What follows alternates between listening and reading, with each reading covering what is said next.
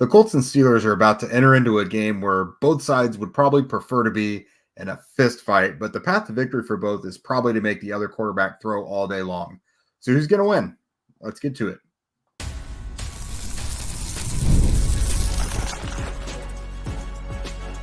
You are Locked On Colts, your daily Indianapolis Colts podcast. Part of the Locked On Podcast Network, your team every day. All right. Thanks for tuning in and making us your first listen of the day. This is your daily podcast covering your Indianapolis Colts, part of the Locked On Podcast Network, your team every day. And today's show is brought to you by FanDuel. Place your first $5 bet, and you'll get started with $200 in bonus bets guaranteed. Just visit FanDuel.com to get started. What is up, y'all? This is Jake Arthur and Zach Hicks of HorseshoeHuddle.com.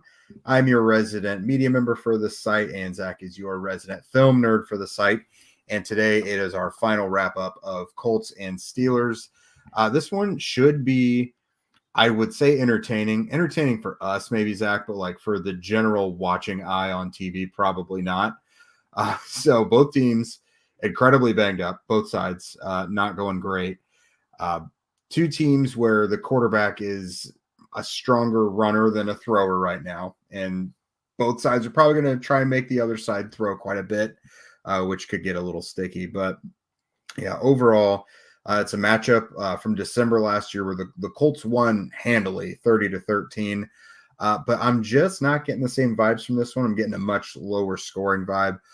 So let's go ahead and just start with the offensive side of the ball for the Colts, Zach. Injury-wise, you're looking at starting center Ryan Kelly and right tackle Braden Smith are questionable. Not what you want when you're going up against Cam Hayward and TJ Watt. But for the Pittsburgh side of it, Alex Highsmith is out. That's obviously bad news for them, but decent news for the Colts. Herbig has stepped up and is playing some pretty good football with Highsmith out. But still, that's a little bit of a sigh of relief for the Colts. Let's say that both Ryan Kelly and Braden Smith are out, though. That is troublesome because with Ryan Kelly out, you're probably looking at Danny Pinter, unless the Colts just want to say, hey, Tanner Bortolini, you've been a healthy scratch. Let's go ahead and just throw you in at center right away. And then if Braden Smith is out, it's probably going to be Matt Gonzalez because Blake Freeland has been a healthy scratch throughout the season. So either way you look at it, not great. Yeah, if Ryan Kelly's out, it means Danny Pinter is going to be handling the protection calls on the offensive line, which is something he's done in the past. So it's good that the Colts have a player with some game experience there behind Ryan Kelly, but still not super ideal. And also his archetype of player going against a nose tackle like Keanu Blanton, who is one of the more powerful defensive tackles in football. Extremely strong, displacing defensive tackle, not a great fit. And then obviously the TJ Ward versus any non-top offensive tackle that's where he gets all his sacks. He kills like he's good against the good tackles. But when he goes against the bad offensive tackles or the young offensive tackles, that's where you start seeing him get up and closer to the 20 sacks a year type things. It's kind of a lot like his brother JJ, where JJ Watt, again, great against everyone, but TJ Watt and JJ Watt, when they get that prime matchup, they'll go off for 4 or 5 sack games.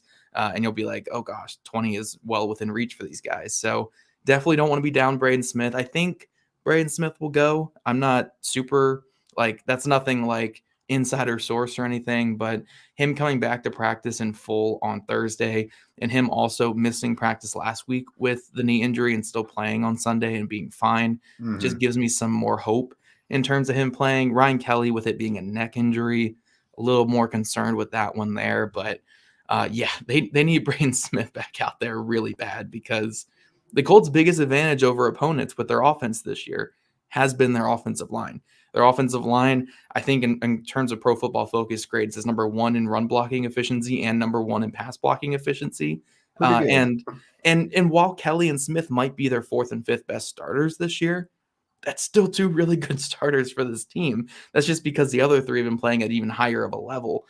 So yeah, just if they missed either one of these guys or both of them, it could be a long day for this Colts offense that's kind of struggled in recent weeks. I have a theory, and I think it's probably just wishful thinking, but obviously Anthony kind of makes some of his worst plays when everything is clean around him and not chaotic. Just the simple act of what should be stepping into a throw, operating in a calm pocket is when things go kind of haywire. This guy, when it gets to, hurry up and crunch time and chaos and pressure's coming on him at him, that is when it seems like he kind of flourishes. So again, wishful thinking that the offensive line being banged up and facing Cam Hayward and TJ Watt and just forcing him to move all around and not be a pocket passer and having to throw outside the box and everything, that might be a good thing. Like maybe now it's going to get to him because Pittsburgh's a great defense. They're easily the number one defense in the league, but it could make Anthony Richardson, it could speed his mind up a little bit. I think it can, but also my fear with that is, and we can talk about with our keys to the game, basically with this one, I really think this is going to be one of those really disgusting, ugly football games that nobody likes to watch, where the final score is more field goals to fewer field goals. Whoever scores the more field goals wins the game. So you're telling me it's coming down to Matt Gay. Yeah, which is not great for the Colts there, obviously. But I think it's going to be one of those type of games. So the way that you win games like that is who commits fewer turnovers. Which team is not turning the ball over, which team is winning the field advantage game, and which team is making their field goals. And while I think Richardson, with his process sped up, is a better quarterback because he's not overthinking things, he does have this looser tendency with the ball in his hands in the pocket. Yeah. We saw last week, should have been a fumble or a pick or whatever that was, when his forward progress was called down in the pocket. That was the Colts' only sack allowed in that game, I believe. But that was one example where that, should have hurt the Colts. There was a couple last year. I think it was he was trying to throw away against the Titans last year, and he threw it backwards for like a 20-yard loss. He threw away with his left hand against the Texans. Like, it's just like moments like that where it's like, you got to protect the football, and I know he's a young player and he's going to get better with that over time. But that's kind of my fear in this game is if he's getting hit more often, say he gets sacked 3-4 times in this game, odds are 1 or 2 of those are going to be fumbles because he's still not really used to what NFL defenders are capable of. So that's my fear, because in this type of game, like, again, whichever team turns the ball over more is probably going to lose. That's how this game is going to be decided, because look, the Steelers, I believe, have scored 3 offensive touchdowns this year. The Colts scored that many in week 1 against the Houston Texans. This is not a high-powered offense they're going against, but the Steelers are 3-0 because they get a lot of field goals. They get down there, they get a lot of points on the board, and their defense is good enough to take the ball away and limit you to field goals as well. So you got to stay healthy on offense. You got to stay high success rate, moving the ball and winning that field position game. And you can't win this game turning the ball over, which has been a pretty big issue for the Colts offense in the last couple of weeks. Yeah, no, this is definitely another one this week where the Colts have got to get on the board early. If you guys checked out the crossover with Chris Carter, he also mentioned the Steelers are not a team to play from behind. Yeah. Their passing game just cannot do it. They're a run-based team where they have Justin Fields basically acting as like a plus version of what Malik Willis did against the Colts in week 2. So the Colts have it's a tough defense. It's a tall task. But they are also, Pittsburgh's D, a little prone to blown coverages, which has resulted in a couple touchdowns against that defense. So Alec Pierce, he's got 3 catches over 40 yards. This could be I want something successful for A.D. Mitchell, because this feels like it could be a good day for it, but his usage is decreasing. A plug for Zach's recent article on horseshoehuddle.com about that very topic. But there's got to be 1 or 2 big plays in the passing game made in this one in order to really get where they want to go, because just the methodical between the 20s type stuff, I just don't know if the Colts are going to win that battle. Like, obviously Pittsburgh is going to try and stop the Colts run game and make Anthony pass it a little bit. Yeah, if you look at what the Colts did last year to find success, it was leaning on the run game, obviously, once they got that lead. But to get the lead, it was a lot of underneath passing, a lot of, quick outs to Josh Downs, a lot of RPO hits and stuff like that, just to keep the passing offense moving. And then obviously they got into field goal range, took advantage, and got some points. That's, again, going to be the big part of this game. Can Anthony Richardson and this Colts offense do that, though? I'm not sure he's at that level yet where he can consistently hit the layups and move the offense that way. So it might come down to, the Colts got to run the ball very effectively. And then when they have those chances for deep shots down the field, they got to take advantage. And again, don't turn the football over. Like, if we're talking wins or losses in this game here, which is a very important part, obviously, is winning the game. They cannot turn the football over. Like, if you get through this game without turning the ball over on offense, odds are you're going to win, because that's how the Steelers beat you. They play very, very conservative on football, on offense. They play very conservative offensive football, where if they even get behind the sticks, like 3rd and 8, they're going to just run the ball up the middle, punt it back to you, and make you make the mistakes. But as long as they can keep getting on offense on their cells, getting into 3rd and 2s, 3rd and 3s, and moving the sticks, they'll settle for their field goals. They don't care, because, like you said, they're built to just sustain a lead, not really to come from behind. So as long as they can get that lead, whether it's 3-0, 6-0, 9-0, whatever it is, they'll just sit on that the whole game, and they'll act like it's 2 minutes left in the 4th quarter with how they play the rest of the game. So the Colts got to come out. They got to be methodical with it on offense. They got to match the Steelers' really low-scoring type of energy, and just be protective of the football. It doesn't mean you can't take your chances. It doesn't mean you can't take some shots down the field, but it can't be stupid shots. It can't be reckless. It can't be being loose with the ball in the pocket, because if you give the Steelers a short field, they're going to get points on the board. That's just how their offense is. So yeah, it's going to be an ugly game. It's going to be a kicker game, which doesn't bode very well for the Colts right now, but that's just the type of game it's going to be. That's what the Steelers, no matter what, will either bring you up to their level or bring you down to their level, and then they'll beat you at their game. That's what they do. So the Colts got to play on the Steelers' level in this one, because that's what they're going to drag you to do. And you got to be protective of the football and move the ball on offense. Well, the side of the ball where there maybe is a little more confidence is the Colts defense up against Pittsburgh's offense. We'll talk about that here in just a moment. With Robinhood Gold, you don't need a silver spoon to eat up the financial favors of the 1%. Robinhood Gold allows others to get the rates and perks usually reserved for the high society. Now, the resourceful individual with Robinhood Gold can earn the very liberal rate of 4.5% APY on uninvested cash, receive unlimited 1% deposit bonuses, and be rewarded with a handsome 3% retirement boost on an IRA account. Robinhood Gold provides the privilege of a high net worth for any net worth. These generous benefits are now available for only $5 per month. The new gold standard is here with Robinhood Gold. Sign up at robinhood.com/gold. Terms apply. For a product-specific disclosures, visit robinhood.com/gold. Investing involves risk. Rate may change. Robinhood Gold LLC offer gold membership. And guys, one Caleb Williams passing yard gets you a win on PrizePicks every week in September. So that means this is your last chance to get in on that automatic win every football weekend in September. That's 4 weeks of free W's. I mean, look, last week he almost threw for 400 of those yards. So he only needs a 1 to get you that win on Sundays. Don't miss this deal on PrizePicks, because it's gone when September ends. You can now win up to 100 times your money on PrizePicks with as little as 4 correct picks. PrizePicks is the best way to get in on the action on sports in most states, including California, Texas, and Georgia. PrizePicks puts their members first, so all withdrawals are fast, safe, and secure. When my picks hit, I can get my money as quick as 15 minutes. PrizePicks invented the flex play as well, which means that you can cash out if your lineup isn't perfect. You can double your money even if one of your picks doesn't hit. 2 that we have highlighted this week here on Locked On Colts is Anthony Richardson over or under 26 passing attempts. Again, whichever way you think that's going to go. Richardson has been throwing the ball quite a bit these first few weeks. So that Anthony Richardson more or less at 26 pass attempts, I really think that's a good, interesting one to look at. And then Rigoberto Sanchez more or less 1.5 punts inside the 20. Yes, you guys can bet on punter. You guys can put money on punters in this one. Really punt interesting. god. Yeah, the punt god there, Rigoberto Sanchez. So download the PrizePicks app today and use code LOCKEDONNFL and get $50 off instantly, or get $50 instantly when you play $5. That's code LOCKEDONNFL on PrizePicks to get $50 instantly when you play $5.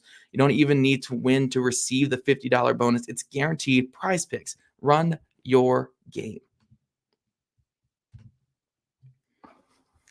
All right, Jake, we are talking the battle of the battered here when it comes to the Colts defense versus the Steelers offense, because the Colts defense right now, if you look at their projected starting lineup from, I guess we have to do July for this to make sense here, from like July, they're down 5 of their 11 starters on defense, and it's week 4 of the season. Kenny Moore and Kwity Paye were both ruled out today, so you add them to DeForest Buckner and Samson Ebukam and Juju Brents, who are all out for the year or for extended periods of time. 2 key backups are questionable, Chris Lamons and Tyquan Lewis. So that edge depth that we were all really excited about coming into the year is in really dire straits right now. Now, if you go to the other side of the ball, the Pittsburgh Steelers are ailing a little bit on offense, not a ton, but backup quarterback Russell Wilson is questionable. Isaac Suomalo, they're starting, I believe it's right guard is where he starts. Might be left. I think it's right guard. Left guard. Okay. Left guard, Isaac Suomalo. He is doubtful, so he's unlikely to play. And then Jalen Warren, their explosive running back, is out as well as Michael Pruitt as well, one of their tight ends. So not a ton of big injuries there on offense for the Steelers. Obviously, Suomalo being out is important, and same with Warren. And I believe also their first-round pick, Troy Fautanu, was put on IR last week as well. So a couple guys are out for them.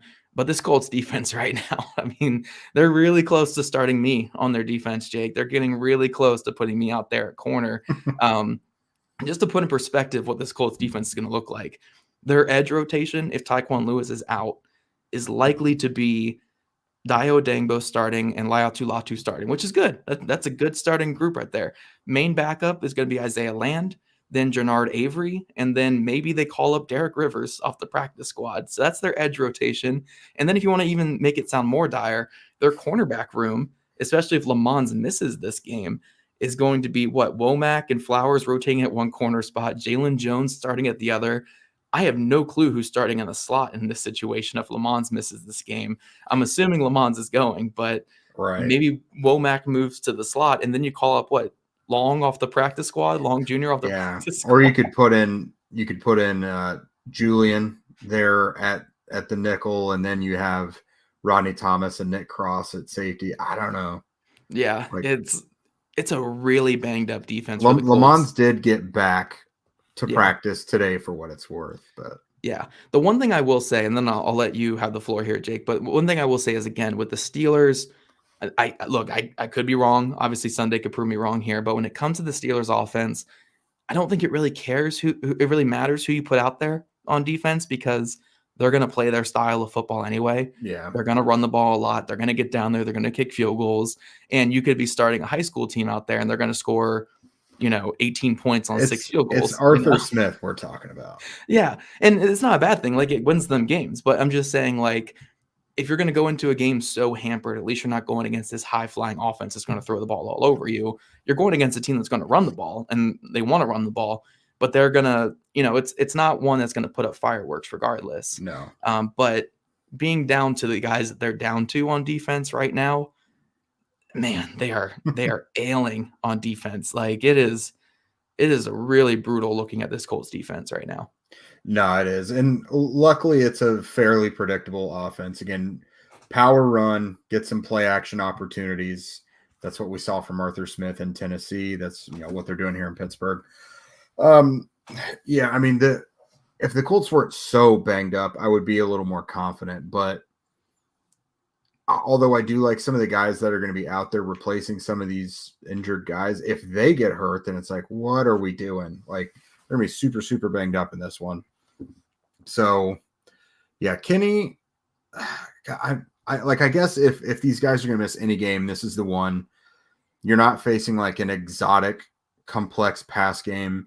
You're not facing a team that's going to pass it 50 times, and you're not facing CJ Stroud.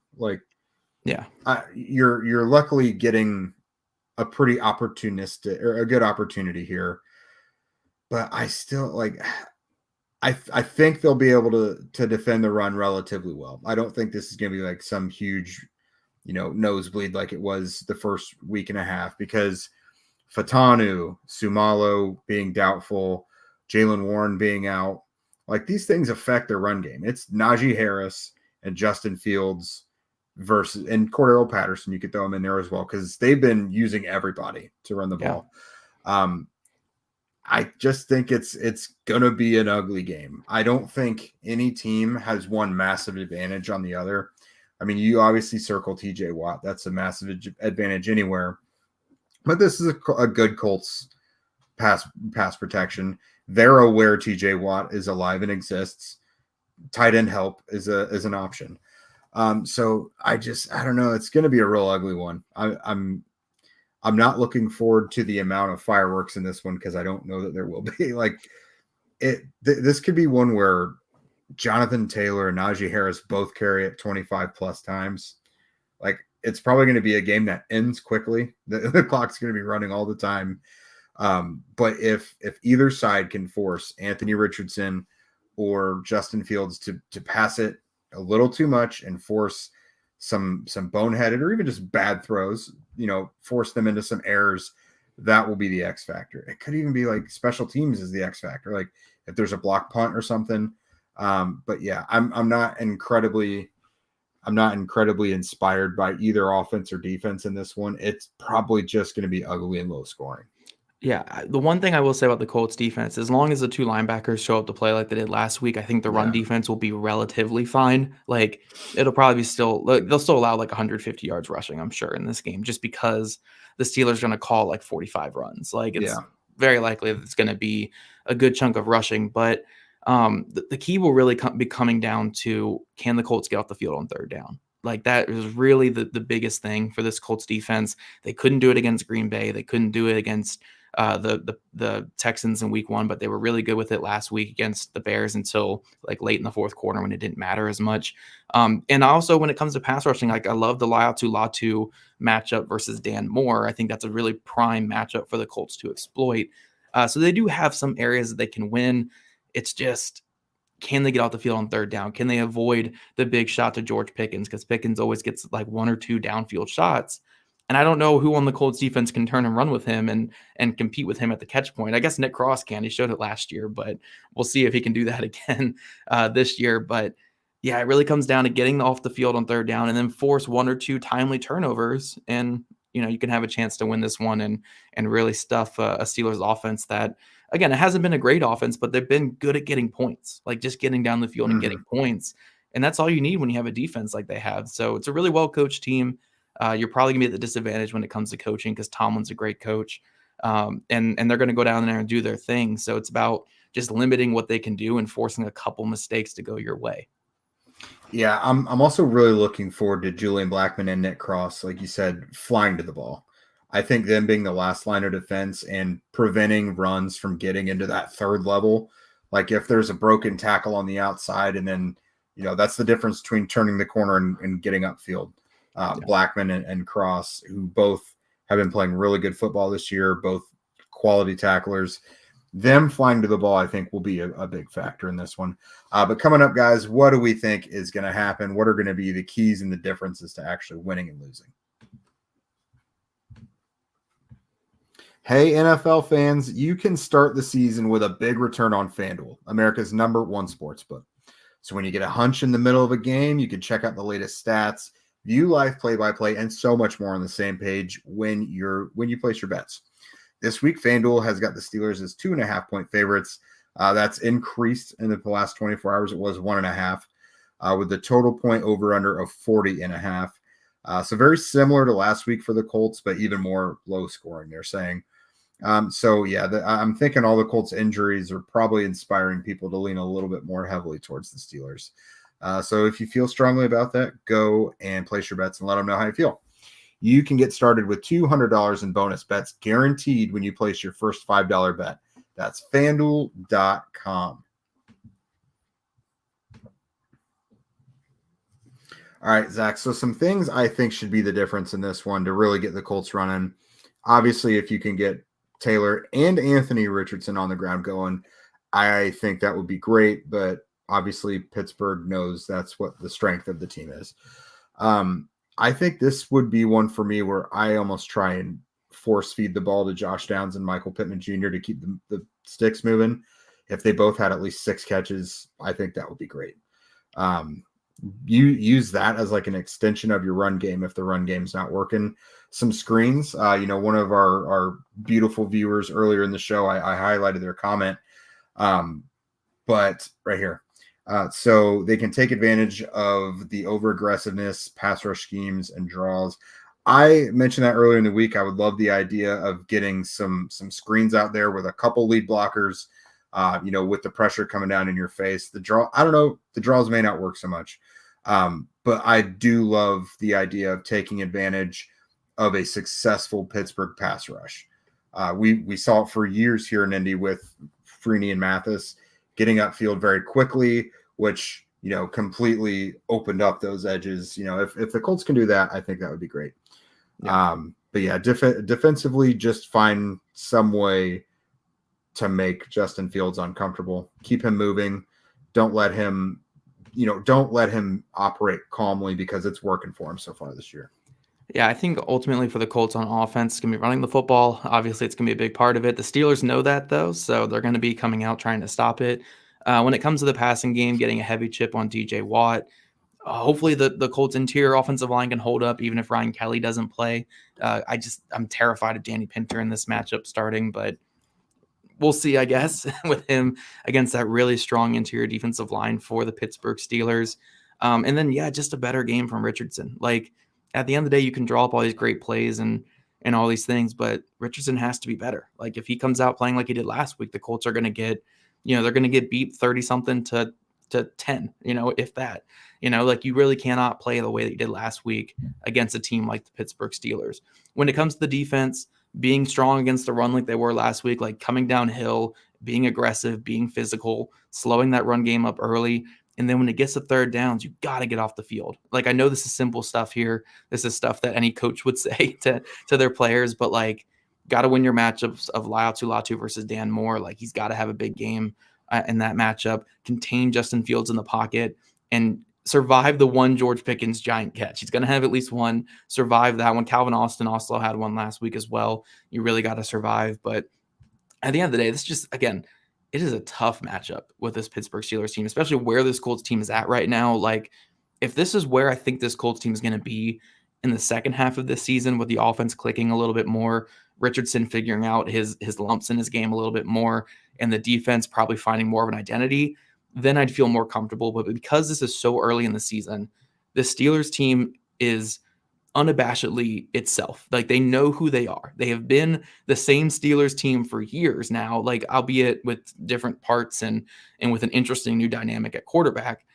They have been this Mike Tomlin Steelers team for years. Like, they are a feisty, competitive, physical team whose defense beats the crap out of you. Like, they have been this for years, and they know their identity. The Colts, I just don't think they really have what they are in terms of for the 2024 season right now. Like, their offense is so just disjointed in terms of Richardson's play and what their identity is. Their defense is just so banged up. Again, like, they're one injury away from me starting at corner out there and Jake starting at defensive end. So it's a little concerning right now when it comes to this defense. I think I'm more of a tackle. Yeah, that's true. I'm an interior guy. You and Taven Bryan fighting it out for snaps there on the interior. But yeah, it's a tough time to get a team like the Steelers. It really, like, a coach that's this tenured and this experienced in Mike Tomlin, it's a tough time to get him. Like, if you can get him in the second half of the year when, his magic is running out in terms of making this thing work with who they have in certain places, then I think, like they did last year, like, I think then you have a chance. But early in the year like this is where they rack up a lot of their wins. So I'm not feeling super confident for the Colts in this. I have it 16-9 Steelers. Again, it's going to be an ugly one. Like, I have it 16-9, and that's 1 touchdown and 3 field goals for the Steelers and 3 field goals for the Colts. That might be on 25 attempts, by the way, for the Colts to get 3 field goals. I don't know what kind of Matt Gay we're getting in this game, but yeah, I think it's going to be an ugly one. So I'm going 16-9 Steelers in this one. Just remember, though, guys, I did pick against the Colts last week and the Colts won. So maybe I'm the jinx or whatever here, but it's just, it's a tough one for me. It's a tough one in terms of the time that we're seeing these two teams face off. I don't think it favors the Colts, especially with Richardson going through this really low point in his NFL career right now. I'm going to stick to something similar as last week as well. Even the same score I picked last week, 20-16 Colts. This one, I just feel like, again, it's low scoring, not quite as low scoring as you had it. But I think the Colts will be able to get in the end zone a couple times. If Anthony doesn't have those completely ugly games all the time, like, even he can have an ugly game, but still have some huge play. And I'm going to bank on either some Alec Pierce play that's just no one can defend, or a blown coverage or something that results in some big passing play for the Colts because they're very reliant on it. I would like to think the run game is going to get going, but I just don't know. At some point, you got to get Pittman more involved. I mean, that's a guy who has been literally the lifeline of the passing game since 2021. So I think Pittman gets going in this one. It may be for 8 yards a catch. I don't care. But I think the Colts are going to use Pittman and Downs, a lot of short stuff, help them move you down the field. You get lucky with a big play at some point. 20-16 Colts. I think, again, that's not an offense that scores points, really. I think Latu is probably going to get to Fields once or twice. If he can force him to fumble, that would be pretty cool. But no, I mean, Pittsburgh's O-line is banged up. It's just so hard to project this one because everybody's hurt and there's so many important players that are banged up. But I'm going to give this one to the Colts. Again, you picked against them last week. I picked for them, literally the same score, and it worked out okay for them. So 20-16 Colts. Yeah, let's hope it turns out like last week, obviously, for our Colts. But that's our preview of the Colts Steelers for the week. I want to thank you guys for making Locked On Colts your first listen today. Now, for your second listen, go find the new Locked On NFL with 2 shows every day. First, the Madman Tyler Rowland kicks off your morning with a double shot of NFL espresso, and then stop by the barbershop with Tony Wiggins for some real NFL talk. Find Locked On NFL on YouTube wherever you listen to your podcast. And if you guys want to become a Locked On Colts insider and chat with us directly and get that inside scoop, follow the link in our show notes. And if you guys don't already, make sure you're following at Locked On Colts, at Jake Arthur NFL, and at Zach Hicks 2, all on Twitter. We're also on TikTok and Instagram, which is a really fun place for us to be. Also, subscribe to us on YouTube wherever you listen to your podcast. We love you guys' ratings, reviews, and we'll catch you guys back here Sunday after the game.